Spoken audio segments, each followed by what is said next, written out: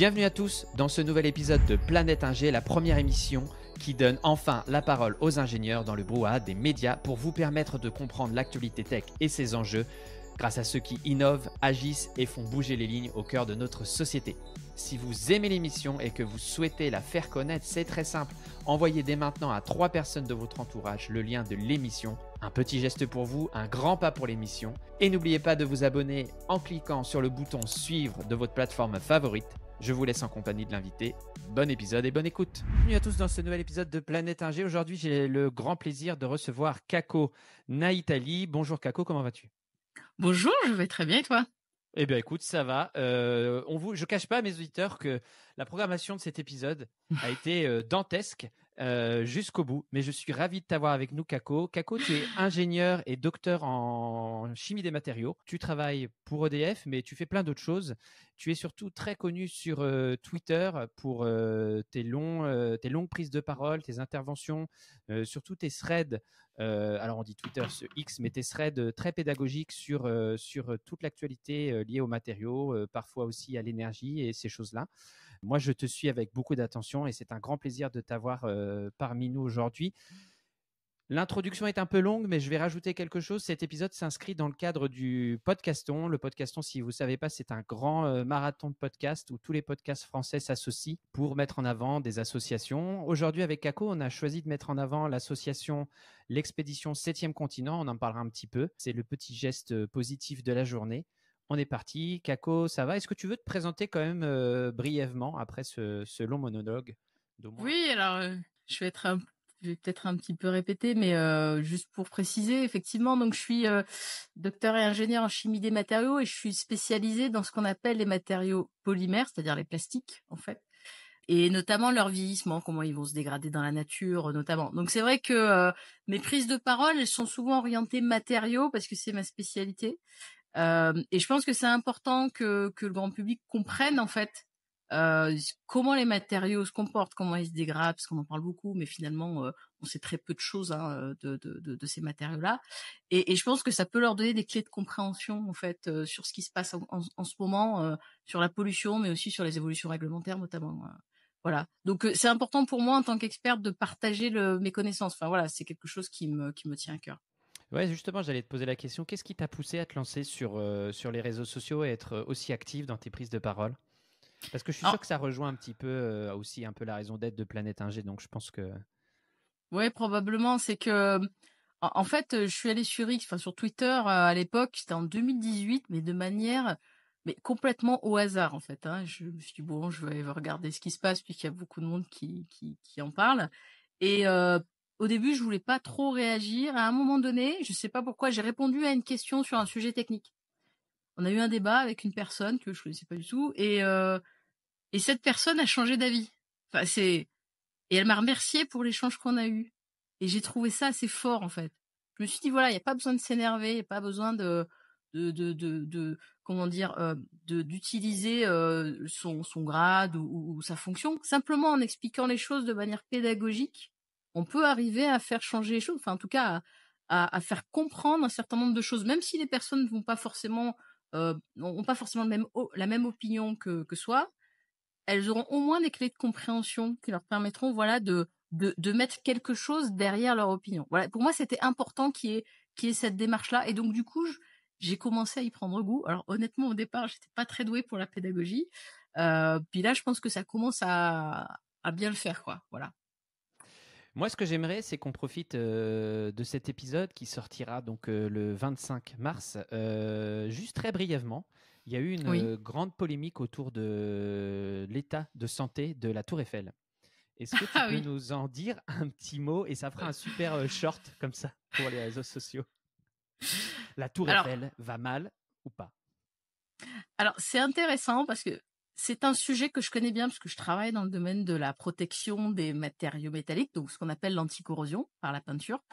Et ce qui était intéressant, c'est de voir que tout le monde avait une opinion sur le sujet. Donc, on voyait de la peinture qui partait, etc. Enfin, on voyait de la dégradation, on voyait de la rouille. Et puis, je me suis rendu compte que pour les gens, la rouille, ça voulait dire dégradation et ça voulait dire que la Tour Eiffel, elle est mal. C'est pas tout à fait le cas. Hein. Je voyais des prises de parole qui partaient dans tous les sens. Et je me suis dit, c'est intéressant parce qu'il n'y a aucun expert qui s'exprime sur le sujet, alors que c'est quand même un sujet assez courant, hein, il y a beaucoup de gens qui travaillent là-dessus. Donc je me suis dit, bon, allez, je vais prendre un petit peu le stylo et je vais rédiger un thread sur le sujet. En fait, ce qui est intéressant sur ce sujet-là, c'est que c'est un sujet que tout le monde connaît, peindre, je sais pas, un élément métallique pour le protéger, etc. Bon, on fait ça chez soi, on peint ses murs, etc. Donc voilà, c'est un sujet qu'on connaît, mais on sait pas trop ce qu'il y a derrière. Et souvent, on pense que la peinture, c'est juste de la déco. La peinture qu'on utilise sur la Tour Eiffel, c'est pas juste de la couleur. Ça protège vraiment la structure métallique de la Tour Eiffel. Après, ça ne veut pas dire, si elle se dégrade, que la Tour Eiffel va tomber. Il y a quand même de l'acier, il y a quand même de l'épaisseur. Il faut quand même beaucoup de temps en milieu urbain pour que l'épaisseur de métal se réduise suffisamment pour qu'ensuite, voilà, la Tour Eiffel tombe. Donc, je trouvais ça intéressant d'expliquer la démarche globale. Voilà, qu'est-ce qui se passe en fait quand on a une structure métallique et qu'on veut la protéger? Qu'est-ce que ça veut dire quand la peinture se dégrade? Et à partir de quand on peut se dire, oui, effectivement, il y a un problème. Bon, on n'y est pas, hein, mais je trouvais ça intéressant. Et bizarrement, ça a bien marché, parce qu'il y a eu plus de 2 millions de vues, il me semble, sur ce thread, qui était un long thread technique. Ça qui est assez, je trouve, étonnant, c'est que ça a énormément intéressé les gens, alors que c'était très technique. Donc, ouais, je pensais pas pouvoir un jour placer le sujet de l'anticorrosion. Et là, donc, la Tour Eiffel m'a permis de le faire. Donc, j'ai trouvé ça fantastique, effectivement. Ouais, bah, c'est un peu la magie de X, hein, on tombe sur les experts. Et c'est d'ailleurs pour ça que c'est un réseau social qu'on aime, c'est que ça nous évite de retomber sur les mêmes personnes que sur LinkedIn et les threads sur l'entrepreneuriat et autres joyeusetés qui peuvent parfois nous agacer. Donc voilà, on a traité ce sujet de la Tour Eiffel. J'avais une transition en tête, mais elle m'a échappé, c'est pas grave. Oui, non, ce que je voulais dire, c'est que si vous voulez avoir de l'avis d'experts sur X, allez-y. On vous mettra le lien du thread dans la description. Et puis, ce sera toujours mieux d'avoir l'avis de quelqu'un qui s'y connaît que d'un expert Covid devenu expert géopolitique et du jour au lendemain devenu expert de la Tour Eiffel. Effectivement, comme tu disais, on a eu l'avis de tout le monde, c'était génial. Aujourd'hui, on a décidé de se concentrer sur la pollution plastique. On aurait pu traiter une multitude de sujets. On a choisi celui-là. Pourquoi? Parce que tu interviens auprès d'une association qui s'appelle l'Expédition 7e Continent. Est-ce que tu peux nous présenter cette association et nous en dire un petit peu plus? Et puis après, j'ai préparé une petite série de questions. Tu seras sur le grill. Très bien. Alors, l'association Expédition 7e Continent, c'est une association qui lutte contre la pollution plastique, mais sur 2 volets. Le premier volet, c'est le volet pédagogique. C'est-à-dire qu'en fait, l'association va à la rencontre du grand public pour expliquer ce qu'est la pollution, comment on peut lutter contre, la réduction, la réutilisation, le recyclage via le tri. Voilà, c'est vraiment aller au contact du grand public et faire de la pédagogie. Et ça, c'est vraiment le cœur de cette association-là. Et il y a un deuxième volet qui est le volet recherche, c'est-à-dire qu'en fait, on a un bateau et on emmène des chercheurs du CNRS pour réaliser des essais dans les océans, récupérer des microplastiques, etc. Et ça a permis de rédiger des publications scientifiques sur le sujet, de faire avancer la recherche sur le sujet. Donc voilà, ces 2 volets-là, pour nous, sont complémentaires et on tient beaucoup à les garder, à les conserver.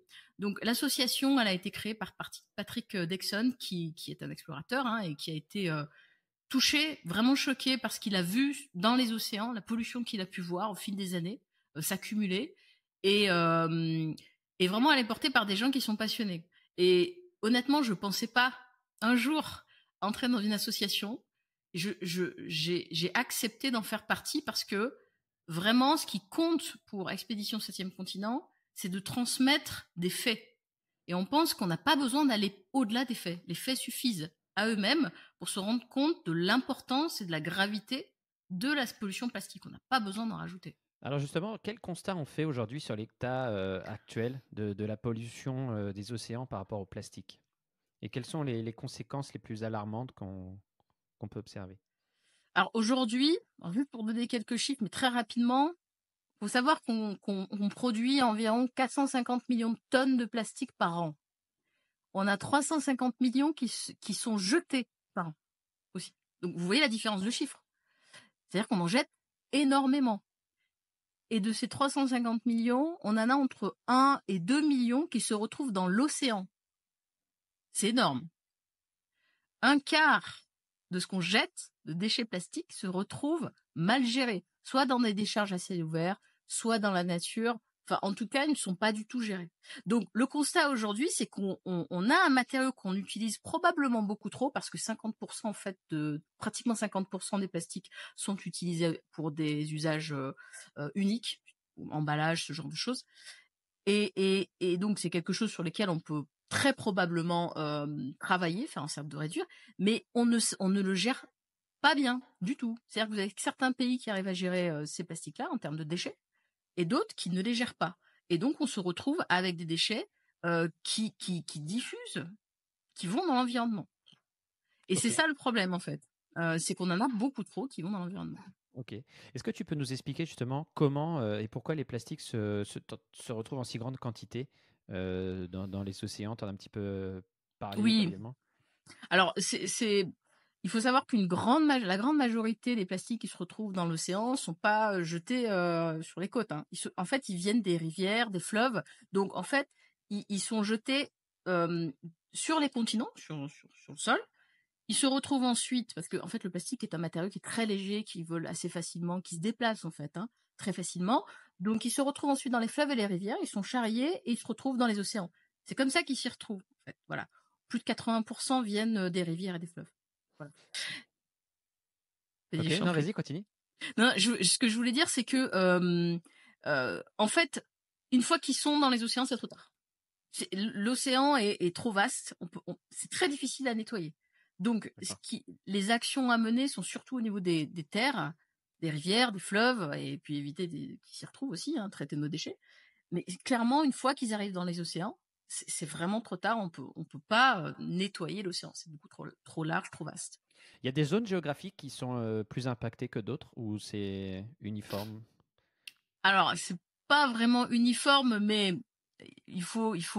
Enfin, je vais expliquer. En fait, globalement, les pays asiatiques sont ceux qui génèrent le plus de déchets plastiques, qui se retrouvent le plus dans la nature. Mais il faut aussi savoir une chose, c'est que les pays développés exportent aussi leurs déchets. Donc, les déchets qui se retrouvent dans la nature sont pas forcément des déchets qui sont produits sur place. C'est pour ça qu'il faut quand même avoir un peu. Parce que souvent, en fait, j'entends dire que bon, la France, on pollue très peu par rapport aux pays asiatiques, donc finalement, on n'a pas grand-chose à faire sur ce sujet. Faut pas le voir de cette manière-là. Mais clairement, oui, il y a, disons que certains pays ont un système de traitement des déchets qui est moins bien développé que d'autres. Voilà. Et ces pays se retrouvent plutôt dans les pays en voie de développement. Tu peux nous en dire un petit peu plus sur ces exportations de déchets plastiques? C'est aujourd'hui une part de notre boucle de recyclage Alors, ça dépend des pays. Par exemple, la France, on est entre 3 et 4% d'exportation de déchets ménagers. Alors là, je parle que des déchets ménagers, parce qu'il y a des déchets pour lesquels on a un peu de mal à voir ce qui se passe, comme par exemple les déchets d'entreprise. C'est plus compliqué. Après, il y a des pays qui exportent énormément, comme les États-Unis. Traitent pratiquement rien sur place. Donc, ça va vraiment dépendre des pays et de comment ils perçoivent le traitement de leurs déchets. Les États-Unis, on est autour de 4% de recyclage des déchets plastiques. On est vraiment très très faible. D'accord. Quels sont les usages de plastique qui comptent? Là, c'est vraiment des questions pointues. Je t'ai mis sur le gré aujourd'hui. Désolé. Quels sont les usages de plastique qui contribuent le plus à la pollution aujourd'hui? On le sait? Oui, ce sont les emballages. D'accord. Clairement, parce que c'est ce qui se retrouve en plus grande quantité, c'est ce qu'on va jeter le plus facilement. C'est vraiment ça. Enfin, c'est vraiment l'usage qui contribue le plus à la pollution aujourd'hui. D'accord. Et les emballages même, alors du coup, si on est un citoyen à peu près organisé, on trie nos emballages, ça a un réel impact ou c'est quand même négatif et c'est toujours mieux de réduire au maximum? Alors, il vaut quand même mieux réduire. Enfin, parce que créer un déchet, ça signifie qu'il faut le traiter derrière. Donc, si on peut réduire, il faut le faire. On économise de la matière première, on réduit nos impacts. Voilà. Après, à partir du moment où le déchet entre dans un cycle de traitement, donc poubelle jaune par exemple, notre poubelle de tri des déchets, c'est ok. Mais si on le jette dans une poubelle où il va s'envoler, non, ça c'est pas bon en fait. Si on le jette dans la nature, c'est pas bon non plus. Enfin voilà, à partir du moment où il y a une filière de traitement des déchets, c'est ok. Voilà. En fait, ce qu'il faut bien avoir en tête, c'est que il faut vraiment éviter le déchet. Si on peut pas, parce que en fait, quand on va dans un supermarché, c'est assez compliqué de réduire les quantités d'emballage, hein, clairement aujourd'hui. Et donc quand le déchet est là, il est là. Ce qu'il faut, c'est pouvoir le faire en sorte qu'il entre dans une filière de traitement. C'est ça le plus important aujourd'hui. Est-ce que tu as en tête des décisions politiques un petit peu ubuesques sur le sujet des plastiques ou à l'inverse, des décisions qui ont vraiment eu un impact majeur? Euh, alors, les impacts les plus positifs pour moi, c'est quand on a interdit les sacs en plastique et les pailles en plastique jetables. Pourquoi? Parce que, alors, au départ, on a eu beaucoup de commentaires, mais comment on va faire son sac plastique jetable dans les supermarchés? Parce que il y a quelques années, il faut quand même avoir en tête qu'on avait des sacs jetables dans les supermarchés, à volonté, hein. Euh, ça a eu un impact direct positif sur la biodiversité. Parce qu'un sac en plastique qui se retrouve dans la nature, c'est un animal qui est blessé ou qui meurt dans les premiers jours, en fait, hein. Donc ça peut être très très rapide. Donc ça, pour moi, ça a été très très bien, très très positif. Là où c'est plus compliqué, c'est que, enfin, disons que si tu veux, les décisions politiques, elles commencent sur le sujet du plastique et ensuite, elles ont tendance à s'élargir sur les autres matériaux. Donc, quand ça commence sur le plastique, on se dit, bon, il y a quand même un souci parce que ça veut dire que le plastique va être substitué, on va continuer à avoir le même problème. Et en fait, on se rend compte que c'est une espèce d'élément de com, si tu veux, pour ensuite faire passer la pilule pour d'autres choses. Enfin voilà. Donc c'est vrai que par exemple là, on a eu là très très récemment, c'était oui l'interdiction d'exportation des déchets plastiques. C'est très bien, hein, parce que ça veut dire qu'il faut qu'on les traite ici, mais ça devrait pas être juste pour les plastiques. Il faudrait que ce soit pour tous les déchets, pas juste les déchets plastiques. Donc je pense que c'est la deuxième étape. Mais c'est vrai que le plastique, c'est vraiment un élément de com politique, j'ai Oui, l'impression. d'accord. Ouais, c'est un peu Tu vois? l'arbre qui cache la forêt des déchets, quoi. Ouais, c'est ça. Donc on se dit bon, ça passe sur les plastiques, bon peut-être qu'on va pouvoir faire passer d'autres choses derrière. Donc voilà, c'est. Mais effectivement, au début, j'ai eu très très très peur. Quand j'ai commencé à avoir les discussions, les échanges, les débats sur le sujet, je me suis dit mais ça va être une catastrophe. Et au final, je me rends compte que quand on discute de ça au niveau européen, parce que finalement la réglementation française, c'est un peu c'est la réglementation européenne, ça va mieux. C'est-à-dire qu'en France, on s'excite beaucoup sur le sujet, beaucoup de débats et on va pas mal dans les extrêmes. Et quand on repart au niveau européen, c'est un peu plus, je dirais, factuel. Voilà, c'est un peu plus calme et on arrive à prendre de bonnes décisions au bon niveau. C'est l'impression que j'ai en tout cas. Alors du coup, c'est marrant, je vais complètement digresser, mais on est, je le dis souvent, on est un pays de techniciens, un fort pays d'ingénieurs. C'est pas la connaissance scientifique qui manque, je pense, Oui. sur tous les sujets. Qu'est-ce qui explique selon toi qu'en France, on ait autant de mal à faire confiance aux experts au niveau politique et tout du moins à prendre des décisions rationnelles sur beaucoup de sujets, mais on peut rester sur le sujet des déchets au moins. Alors moi, j'ai jamais eu ce problème. Je pas trop pourquoi. Je pense que c'est peut-être aussi le ton qu'on peut employer. Après, ça dépend aussi des sujets. Le sujet des plastiques, c'est un sujet finalement qui touche peut-être moins les usages personnels que le sujet du Covid, par exemple, ou des sujets l'agriculture. Alors, dès qu'on touche à l'assiette d'un Français, c'est compliqué quand même. Voilà, il y a des sujets qui sont très très voilà où ça peut être un peu Touchy, ouais. violent. L'énergie parfois, un peu moins maintenant, mais ça peut l'être. Les plastiques, pas trop, bizarrement. Pas trop, voilà, il n'y a pas énormément d'experts non plus qui s'expriment sur le sujet. J'ai l'impression, on est peut-être deux, trois, mais plutôt des femmes aussi. Et donc du coup, il y a moins de, ouais, c'est un peu moins tendu. Après, le fait que les gens remettent en question l'expertise, la problématique que je trouve, c'est qu'on a beaucoup d'experts médias. Et donc, il y a peut-être une confusion aussi auprès du grand public sur ce qu'est l'expertise. Ils savent pas, je pense, ce que ça signifie. Être expert, c'est pas être juste connu. Ouais, non, les Voilà, experts de plateau télé, c'est souvent ils sont souvent embauchés pour leur grande gueule plutôt que pour leurs compétences en général, j'imagine. c'est ça. Après, on Ouais. peut avoir les deux, mais généralement, ouais, c'est l'un ou l'autre. Donc, c'est vrai que je pense il y a ça aussi. Et juste réexpliquer ce que ça veut dire, c'est-à-dire qu'il faut être reconnu par ses pairs, etc. Je pense que ça aiderait quand même sur le sujet, D'accord. effectivement. Ok. En termes de pollution justement des océans, c'est quoi aujourd'hui les impacts sur la biodiversité marine. Et puis après, la prochaine question, ce sera l'impact que ça peut avoir sur la santé humaine. On va d'abord Alors, parler de la biodiversité et puis. alors sur la biodiversité, alors il y a plusieurs aspects. Quand le déchet se retrouve dans l'environnement, il est sous forme macro, hein, bouteille, sac ou filet de pêche. Là, il va avoir un impact direct sur la biodiversité. C'est-à-dire qu'il va blesser, il va tuer, et c'est vraiment dans les premiers jours, premières semaines où il se retrouve dans l'environnement. C'est très, très, très rapide. Après, le matériau va se dégrader.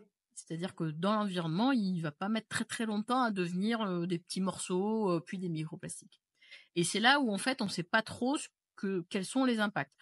Il y a les additifs que contiennent les plastiques. Certains plastiques contiennent des additifs qui sont pas très bons pour l'environnement, qui sont persistants, qui sont des perturbateurs endocriniens, et donc qui se retrouvent dans l'environnement. Si ça s'accumule dans une zone très très précise, très localisée, avec de la biodiversité autour, ça aura forcément un impact sur cette biodiversité-là.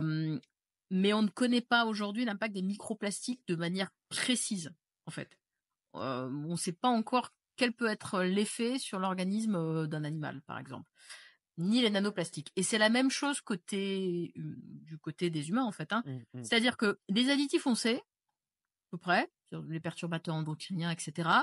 Le plastique en lui-même, c'est-à-dire le solide, on ne sait pas trop. Voilà. C'est-à-dire qu'on ne sait pas si ça s'accumule ou pas. C'est-à-dire si une partie de ce qu'on avale potentiellement reste ou pas dans l'organisme, c'est possible, mais on ne sait pas en combien de temps, etc. Donc ça, c'est encore à l'étude. Et les nanoplastiques, on ne sait pas à partir de quelle taille ils peuvent potentiellement passer certaines barrières biologiques et ce qu'ils deviennent une fois qu'ils passent cette barrière. Il y a des études en cours, alors il y a beaucoup de communication sur toutes ces études, mais on est vraiment au tout début de la recherche sur le sujet, quoi. Faut vraiment prendre du recul parce qu'on ne sait pas grand-chose sur le sujet. Il y a par contre une chose qu'on sait, c'est que les microplastiques qui sont dans l'environnement, qui se dégradent dans l'océan, par exemple, vont se retrouver sur petites formes de petites particules. Ces petites particules vont venir capter les polluants qui sont déjà dans l'océan. Et comme ces particules bougent très rapidement, c'est-à-dire qu'elles sont entraînées par l'océan, en fait, hein, ils se déplacent très vite, ils peuvent déplacer une pollution d'un endroit à un autre. Et c'est ça aussi le problème de ces particules. C'est que ils charrient, ils absorbent des polluants et ils les transportent ailleurs. Voilà. Ça, ce sont des choses qu'on sait et qui sont encore à l'étude, mais dont on sait qu'ils peuvent potentiellement avoir un impact à la fois sur la biodiversité qui va les avaler, puisque les polluants ensuite vont diffuser dans l'organisme, et localement dans les zones dans lesquelles ils se retrouvent. Donc effectivement, il y a des choses qu'on sait, et des choses qui sont encore à l'étude, et on a encore beaucoup de choses à apprendre sur le sujet. Hein. D'accord, ok. Il y a un épisode, on a fait un épisode dernièrement avec Clément Pirard sur la dépollution des eaux au niveau des communes. Donc, je vous encourage à aller écouter l'épisode.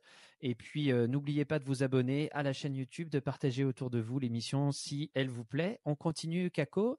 Ça va, tu as l'air en forme. Tout va bien pour l'instant. Ah oui, moi je suis très bien là. Ouais, très fluide sur le sujet. Du coup, c'est moi qui perds le fil de mes questions. Oui, par rapport à ce que tu disais, les nanoplastiques, nanoparticules, on entend parler, j'essaye de faire le parallèle avec le quotidien des gens comme ça. On entend parler, par exemple, de la pollution par les vêtements synthétiques, notamment au moment des lavages, des rejets dans l'eau. Est-ce que c'est quelque chose de réellement sérieux et à prendre en compte et est-ce qu'il faut prendre des actions par rapport à ça?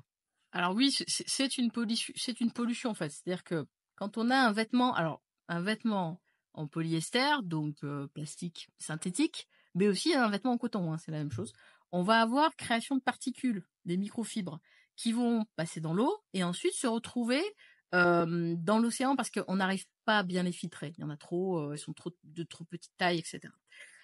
Donc effectivement, il y a une loi qui est passée il y a quelques années, alors j'espère qu'elle va être mise en place assez rapidement, où on va avoir une obligation de mettre en place un filtre en sortie de machine à laver, ce qui va permettre de récupérer un maximum de ces fibres-là et donc de réduire la pollution qui arrive dans les océans. Là où on a un petit, je pense, problématique de compréhension avec le grand public, c'est que ça ne concerne absolument pas que les vêtements en polyester, en polyamide, c'est-à-dire en plastique. Pas du tout. Ça concerne absolument tous les vêtements qui sont traités. Un vêtement en coton qui est traité avec des traitements qui lui permettent de durer plus longtemps, en fait, parce que le coton est biodégradable, sinon, voilà. Il peut rester très, très, très longtemps dans l'environnement. des dizaines, cinquantaines, voire centaines d'années. Donc, ça ne concerne pas que les plastiques, ça concerne vraiment toutes les fibres. Et c'est pour ça que cette filtration-là, elle est importante. Et donc, la mise en place de cette réglementation, pour le coup, elle est bonne, celle-ci aussi, ça va permettre de réduire considérablement le nombre de particules qui vont aller dans l'environnement. Ouais. Ok, super important à prendre en compte. Et je rebondis là-dessus par rapport au débat en ce moment sur la mode, enfin l'interdiction potentielle de ces fournisseurs de mode. Comment ils les appellent La fast fashion? Ouais, la fast fashion, c'est ça. Tu veux nous en dire un petit mot là-dessus, ton point de vue? Alors moi, je pense que c'est une bonne chose parce que le problème, c'est que plus le vêtement est de mauvaise qualité, plus il va générer de fibres, moins il est durable. Enfin, c'est assez catastrophique en termes d'impact de manière générale, hein, impact environnemental. Donc, s'il est de mauvaise qualité, on va pas le réutiliser très longtemps. On va pas le revendre non plus parce qu'il sera de mauvaise qualité. Et en plus, il va être tellement mal. Enfin, la qualité du fil va être tellement mauvaise qu'en fait, on va générer encore plus de microfibres. Donc clairement, pour moi, c'est une bonne chose. Il faut quand même qu'on se dise qu'un vêtement, c'est censé être durable. Hein. Enfin, c'est censé durer dans le temps. Après, on peut changer les goûts, les couleurs, etc. et éventuellement revendre ou échanger, pourquoi pas des vêtements. Mais se dire qu'un vêtement va être utilisé 2 fois et va être jeté, c'est assez dramatique, je trouve. Mais sur un sujet comme ça, le législateur peut légiférer vraiment, ou on ferait pas mieux de faire appel à ce que tu disais tout à l'heure en introduction, à la pédagogie intensive, justement. Moi, très sincèrement, sur la partie, sur le sujet qu'on traite aujourd'hui, en termes de pédagogie, il n'y a pas quand même pas grand-chose, quoi. Je veux dire, ça, si tu compares à la sécurité routière, voilà, on doit être à 0%, quoi. Donc, voilà, c'est. En plus, c'est contre-intuitif. Enfin, souvent, c'est contre-intuitif. Dans ce cas-là, peut-être pas, mais souvent, les sujets techniques pour le grand public sont contre-intuitifs. Donc, c'est vrai que la pédagogie, on en manque beaucoup. Hein. Moi, je suis d'accord avec toi sur le fait qu'on n'a pas assez de pédagogie. Après, si la pédagogie ne marche pas, à un moment donné, il faut quand même légiférer. Mais si on pouvait au moins commencer par de la pédagogie sur le sujet, tu vois, le tri des déchets, ça commence à rentrer, quoi. Voilà, on n'a pas encore demandé aux gens de payer plus s'ils triaient pas. Enfin, donc je pense que ça peut vraiment fonctionner. Mais il faut passer du temps à expliquer, quoi. Et c'est ce qui nous manque aujourd'hui. On a plutôt des débatteurs qui vont nous parler de choses qui n'ont pas forcément beaucoup d'intérêt et qui vont pas aider le grand public à comprendre ce qui se passe. Bon. Ok. Est-ce que tu peux nous parler d'une initiative ou une campagne en cours de l'association en cours ou passé, une campagne qui t'a vraiment particulièrement marqué, peut-être de par ses résultats, son impact ou ta prise de conscience par rapport à ce sujet justement? De l'association Expédition 7e continent, tu veux dire? Ouais, tout à fait. Ah oui, c'est un article scientifique. C'est ce dont je parlais juste avant. En fait, il y a eu une étude qui a été réalisée sur le transport des polluants par les microplastiques. Et donc ça a été réalisé avec l'association.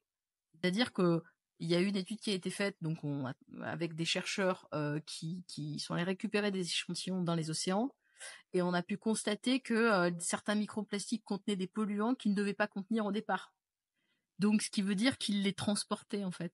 Et mettre en fait, bon, moi je suis une scientifique, alors j'avoue que tout ce qui concerne tous les mécanismes qui ont lieu autour des matériaux, ça m'intéresse. Et donc, essayer de comprendre ce qui se passe à partir du moment où le matériau va se dégrader, il va devenir poreux, puis ça va du coup laisser de la place à des polluants qui vont venir s'intégrer. Enfin, je trouve ça fantastique. Et donc ça m'a marqué effectivement, parce que c'est à la fois logique et contre-intuitif. Enfin voilà, pour moi en tout cas, hein, ça m'a paru logique et contre-intuitif. Et j'ai trouvé ça génial de pouvoir de pouvoir faire une étude complète sur le sujet, quoi. Enfin, peut-être que ça parle à personne, ce dont je parle là, mais moi, ça m'a vraiment passionné en fait. Ok. Alors, c'est vrai que c'est un sujet de recherche, alors forcément, c'est quelque chose d'assez pointu. Après, il y a tout ce qui est fait en termes de pédagogie. Je l'ai fait, ça, aller auprès du grand public. Honnêtement, je suis plus challengée par des enfants de 6 ou 7 ans que par des adultes sur X, hein. On est sur le sujet. Mais le moment, mais ça aussi, c'est passionnant. Le moment déclic vraiment pour toi, la prise de conscience, je sais pas. Est-ce que ça a été une prise de conscience visuelle ou vous la faites de, je sais pas. La pollution, tu veux dire? Ouais, tout à fait. Ah ouais, non, là, ça date il y a très très très longtemps en fait. Hein. Euh, ça date de quand j'avais 7 ou 8 ans, à peu près. C'est-à-dire que j'ai toujours fait des petites actions, en fait. Petites actions de pédagogie, des petites actions pour développer le tri dans les écoles où j'étais, par exemple, ce genre de choses, tu vois. Quand j'étais en thèse, j'ai mis en place le tri des déchets dans mon école, par exemple. Quand j'étais étudiante, j'avais j'avais envoyé des courriers sur une entreprise qui rejetait certains polluants dans une rivière. Enfin voilà, ce genre de choses, quoi. Donc oui, effectivement, ça fait quand même très très très longtemps que ça me touche. Alors par quoi j'ai été sensibilisée, j'avoue que je m'en souviens pas comme ça, mais c'est vrai que ça date, ouais, effectivement. Ouais. Mais c'est peut-être aussi parce que j'ai un rapport à la biodiversité, aux animaux, à la nature aussi, qui est assez fort. Et je comprends pas qu'on.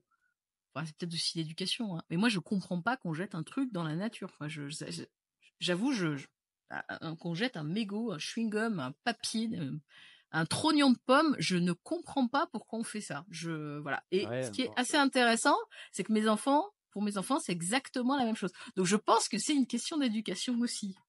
Ben, moi, je trouve ça très bien. J'ai participé plusieurs fois à l'initiative Nettoyons la nature là, avec l'école primaire de mes fils. Et en 2 heures de temps, j'hallucine à chaque fois ce qu'on peut ramasser parce que ça va du pneu, de la carcasse de jet ski. On habite en forêt, hein. Enfin, je veux dire, c'est un truc complètement hallucinant. Mais ouais, peut-être que c'est ça la clé, c'est l'éducation des enfants, leur prise de conscience, parce qu'effectivement, certains adultes, j'ai l'impression que c'est un peu trop tard. Oui, et puis d'où la pédagogie. Enfin, je se dis, voilà, ça fonctionne en fait, hein, au final. Hein. Euh, Face à cette montagne qui se présente devant nous, est-ce que tu as quand même des moments d'espoir ou des sources d'inspiration inattendues qui te permettent de garder le sourire? Alors moi, je suis quelqu'un d'hyper positif. Hein. Je me dis que quand on a des difficultés, on ne peut avoir que des solutions. Donc c'est boulevard en fait. Voilà. Après, c'est comme ça que je vois les choses. Donc oui, non, moi j'ai plein de choses en tête. Je me dis qu'il y a énormément encore de choses à faire et c'est pas le moment d'arrêter en fait. Il faut vraiment se motiver et y aller. Donc que ce soit dans motiver les gens, essayer de faire vraiment comprendre ce qui se passe euh, de manière factuelle et sans exagérer comme certains le font. Donner des clés de compréhension, pousser à réduire, à vraiment aller dans la réutilisation, à trier ses déchets. Ouais, moi je suis quand même bien motivée à le faire aujourd'hui, effectivement. Tu parles d'exagération. C'est quoi les Oui. messages exagérés qu'il faut oublier? J'en ai en tête. Vas-y. Là, la fameuse carte de crédit de microplastique. Alors j'avoue, ça fait plusieurs années maintenant que j'essaie d'expliquer que c'est une énorme fake news, mais ça reste en fait. Parce que c'est visuel, quoi. Les gens comprennent ce que c'est qu'une carte de crédit. Donc quand on leur dit, on avale chaque semaine l'équivalent d'une carte de crédit de microplastique, ils voient voient ce que ça fait, ils voient quelle quantité, ils arrivent à visualiser ça. Donc essayer de leur retirer ça de la tête, c'est compliqué. Pourtant, c'est exagéré. Aujourd'hui, c'est pas le cas. Et ça a été débunké, alors par moi, mais pas que, par moi à l'époque. Aujourd'hui, il y a des études scientifiques qui ont débunké cette image-là quand même. C'est quand même allé assez loin. Et je trouve que on n'en parle pas justement de ces debunks. On parle de la carte de crédit, moi j'entends encore. Par contre, le debunk, pas du tout. Et je pense qu'il faut vraiment s'enlever ça de la tête. On n'avale pas l'équivalent d'une carte de crédit de microplastique par semaine. Ce n'est pas possible. D'accord. Voilà. Je sais plus c'est quoi la loi là qui quantifie l'effort qu'il faut pour défaire une fake news par rapport au peu d'efforts qu'il faut pour en lancer une. Ah, Ça a un nom, je me rappelle plus. je me rappelle plus non plus, mais effectivement, l'effort est énorme. Hein. Ouais. Effectivement. Et ça prend vraiment beaucoup de temps. Bon, alors on est tous des affreux ingénieurs et des affreux technosolutionnistes. Est-ce que il y a quand même des innovations technologiques qui arrivent, qui pourraient aider à la dépollution? Alors, il y a plusieurs choses. Il y a ce qui peut aider à un meilleur recyclage, tout ce qui est recyclage enzymatique pour certains plastiques, recyclage chimique, ce genre de choses. Donc ça, on commence à avoir des choses qui ressemblent plus à quelque chose de viable d'un point de vue industriel. Voilà. Et pour la dépollution, alors on a vu des entreprises qui lançaient des bateaux dans l'océan pour essayer de récupérer les déchets plastiques. Donc ça marche pas, clairement, c'est Ah oui, ça on a vu complètement inutile. les grosses pinces. Non, Ah ouais, non mais bah non, en plus généralement les vidéos qu'on voit, on a plein de bassines toutes propres à l'intérieur, ce sont des tests. Ce ne sont pas les déchets qui sont dans l'océan. Parce qu'un déchet plastique qui est dans l'océan, il reste pas tout clean, tout beau plusieurs années, c'est pas possible, hein. Donc voilà. Mais en tout cas, tous les bateaux, tous les filtres qui sont au niveau des embouchures de fleuves, les rivières, tout ça, c'est utile en fait. Dès qu'on arrive à récupérer des déchets avant qu'ils arrivent dans l'océan, c'est utile. Donc il y a plusieurs technologies qui se développent. Il y a des petites entreprises qui développent des systèmes de ce type-là et ça marche bien. Il y en a par exemple sur le port de Marseille, je suis pas très loin. Port de Marseille, il y en a dans d'autres zones en France et ça permet vraiment de récupérer des déchets en fait. Donc ce genre de choses, oui effectivement. Il y a aussi quelque chose de Bon, alors c'est pas une grosse c'est techno, pas une ça. grosse techno. Mais oui, mais en fait, non, il y a mais c'est pas souvent besoin de beaucoup. Ben c'est ça, moi c'est souvent les gens ils nous traitent, je suis un affreux technosolutionniste, j'assume. Mais bon, excusez-nous, faire un barrage d'eau pour de l'hydraulique ou mettre un filet pour récupérer des plastiques, je veux bien qu'on me traite de technosolutionniste, mais voilà, bon. Non, non, en fait, il y a pas besoin. La problématique des plastiques pour les récupérer, juste pour expliquer à tout le monde pourquoi. Le plastique, c'est une matière organique. C'est-à-dire qu'on a du mal à le séparer des autres matières organiques qui se trouvent dans la nature. La cellulose, l'ADN, enfin, c'est très difficile à séparer, en fait. Donc, d'un point de vue technique et technologique, séparer un plastique d'une feuille, c'est compliqué. Voilà. Donc aujourd'hui, il existe des technologies qui permettent de nettoyer, etc. Mais sur des espaces aussi vastes, c'est juste pas possible en fait. Donc les récupérer avec d'autres matières, et puis après on fait le tri, ça fonctionne.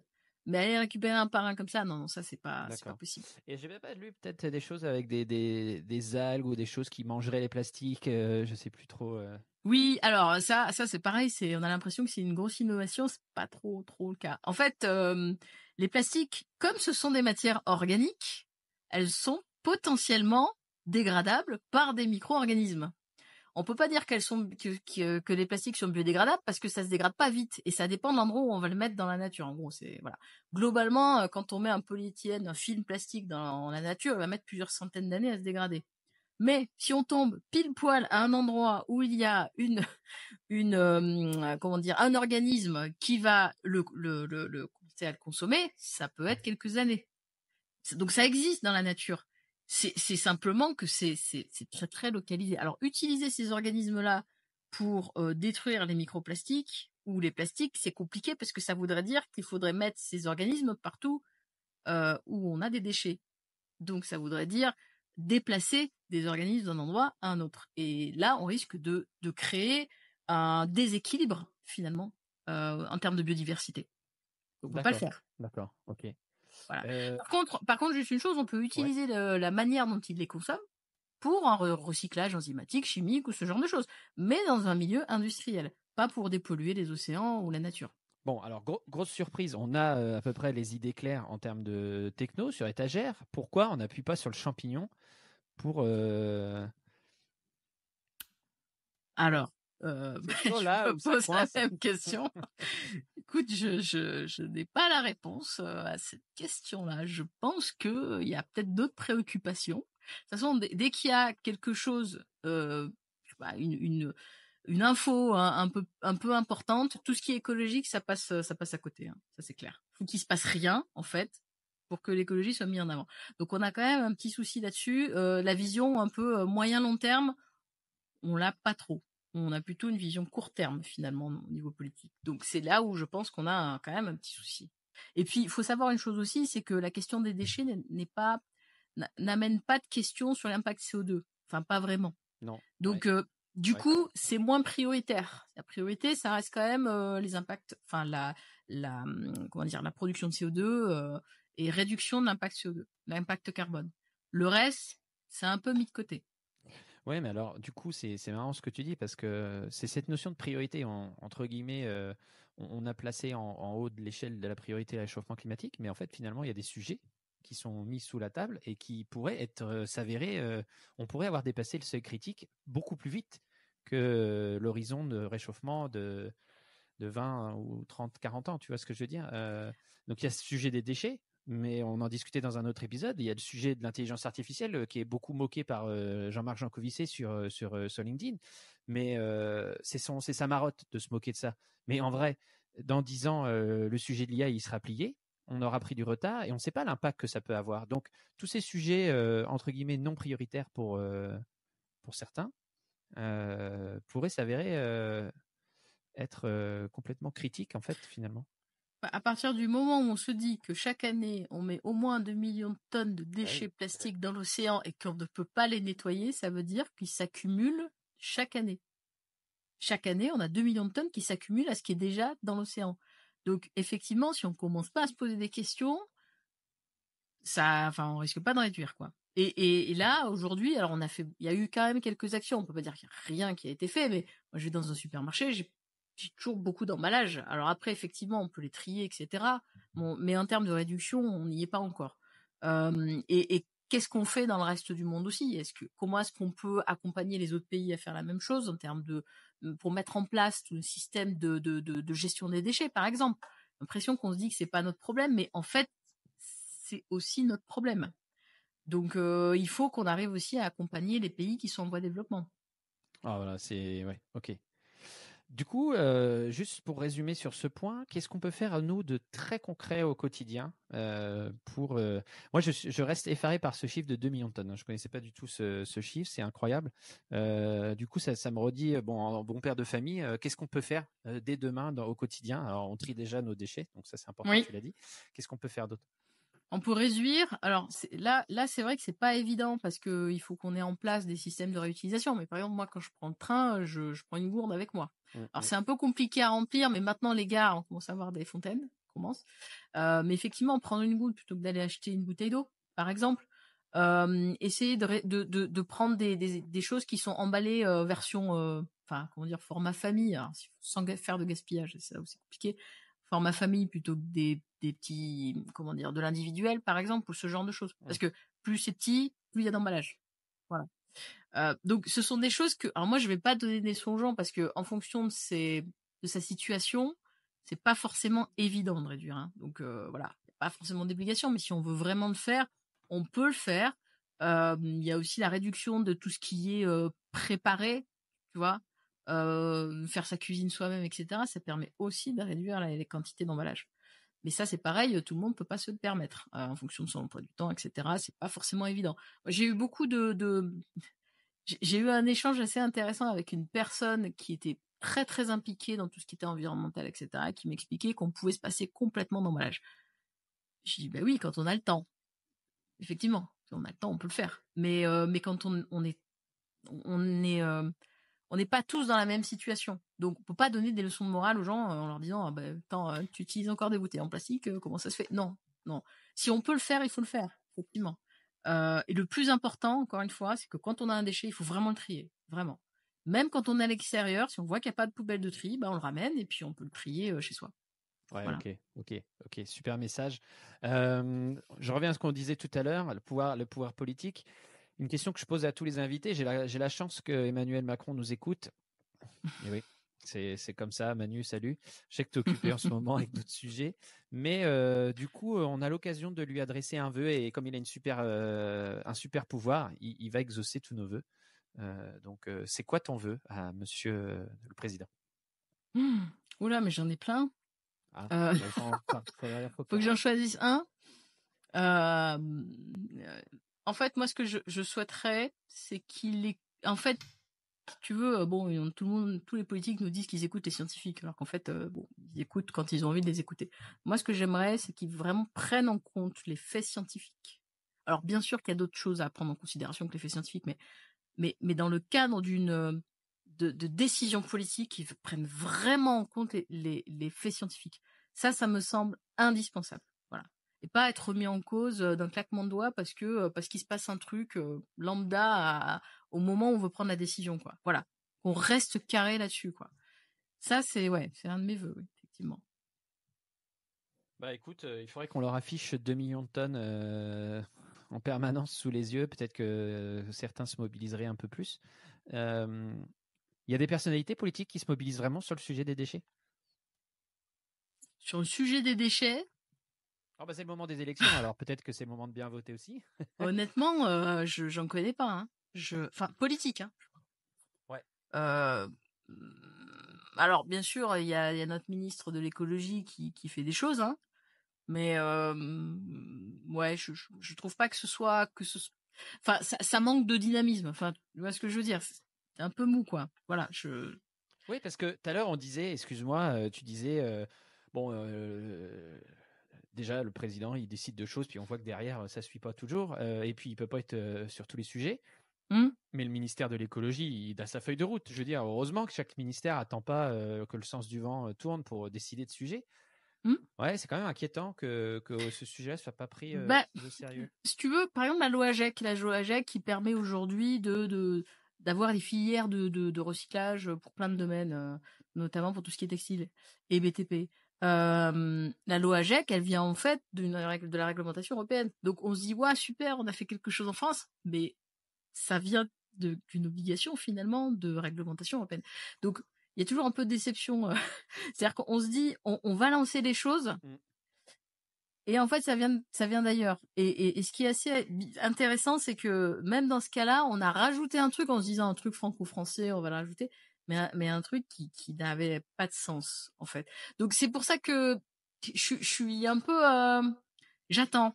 Tu vois, je suis très positive. Je me dis non, mais on va pas s'arrêter sur quelque chose de négatif ou d'approximatif, etc. On va se dire peut-être que ça va être mieux dans le futur, quoi. Enfin, en tout cas, j'espère. Bon, bah, Au finalement, niveau politique, c'est pas top, quoi. ouais, mais un bon message aussi pour l'Europe. Des fois, il y a des choses positives qui en sortent. Mais ouais, non, franchement, je trouve qu'au niveau européen, ça se bouge bien. Bah, les fameuses bouteilles, enfin, beaucoup de gens se plaident. Les bouchons qui sont adhérents. Oui. Ah, tiens, on va finir là-dessus. Ça fera un autre super short pour les réseaux sociaux.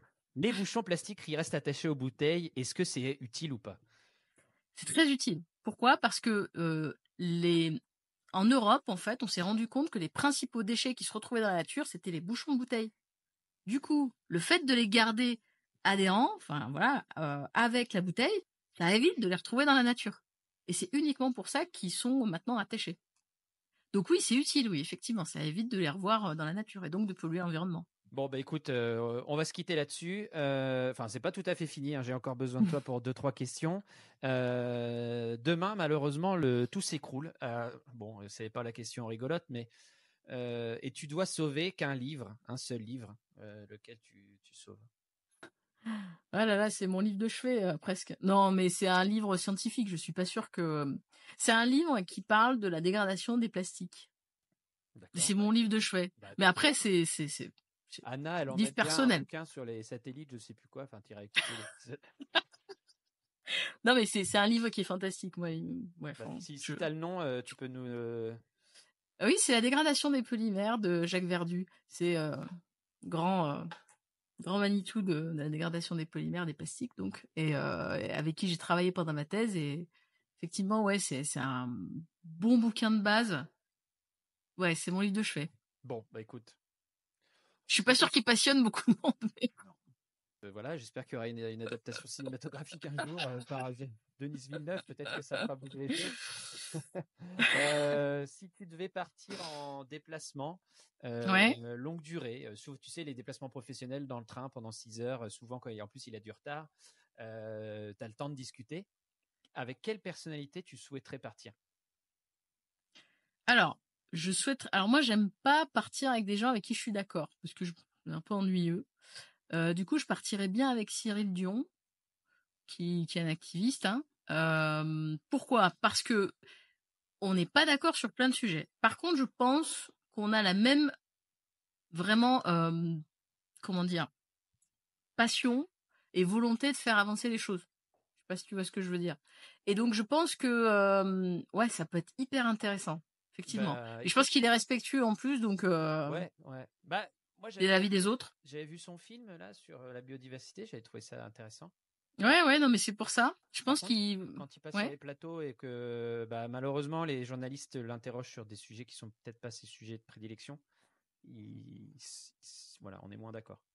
Oui, c'est pour ça que je pense que ça peut être intéressant. Ouais. Bah écoute, j'envoie l'invite. Je vais lui proposer on va proposer un débat. On va essayer de faire évoluer un peu Planète Ingé. Alors Cyril Dion n'est pas ingénieur, je pense, mais on a le droit peut-être d'inviter dans un hors-série des contradicteurs Bien sûr. non issus de la filière scientifique.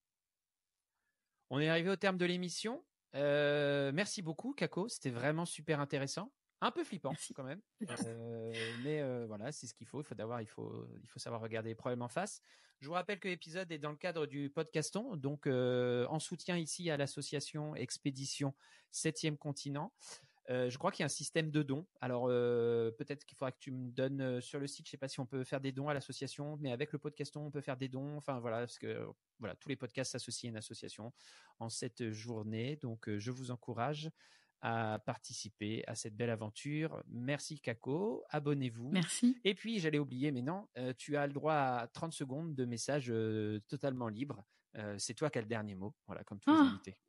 Ok. Alors moi, ce que je souhaiterais dire à tout le monde, c'est que, alors bien sûr que la situation peut paraître flippante, etc. Mais moi, je pense qu'il y a quand même beaucoup d'espoir de faire évoluer tout ça. Et pour ça, il faut de la mobilisation. Donc, il faut se mobiliser alors dans son quotidien, mais on peut aussi se mobiliser dans les associations et faire avancer les choses. On peut aussi se mobiliser d'un point de vue politique, puisqu'on en a parlé, et faire aussi avancer les choses. Quelle que soit la manière dont on a envie de faire évoluer les choses, on peut le faire. Voilà. Il n'y a pas de mauvaise manière. C'est ça que je veux dire. Voilà. Et donc, j'espère que ça contribuera aussi à chacun à être sensibilisé sur la question de la pollution plastique. Eh bien, écoute, en tout cas, on espère. Il y avait peut-être plein d'autres questions. N'hésitez pas à les poser en commentaire sous la vidéo YouTube. Et puis, peut-être qu'on invitera Kako pour y répondre, ou tout du moins. Ils peuvent te contacter d'ailleurs sur X. Tout à fait, ça sera avec plaisir. Voilà. Eh bien, écoute, on mettra le lien de ton profil. Merci beaucoup. Merci. À bientôt tout le monde. Encore une fois, abonnez-vous, partagez l'émission, faites du bruit, merci et à la semaine prochaine. Voilà, c'est la fin de cette interview passionnante. Si vous avez aimé, surtout partagez l'émission autour de vous, cliquez sur le petit pouce, abonnez-vous. Et en attendant une nouvelle aventure lundi prochain, n'oubliez pas de vous abonner à la newsletter, newsletter.planeteinger.fr pour ne rien rater de l'aventure du podcast. À la semaine prochaine.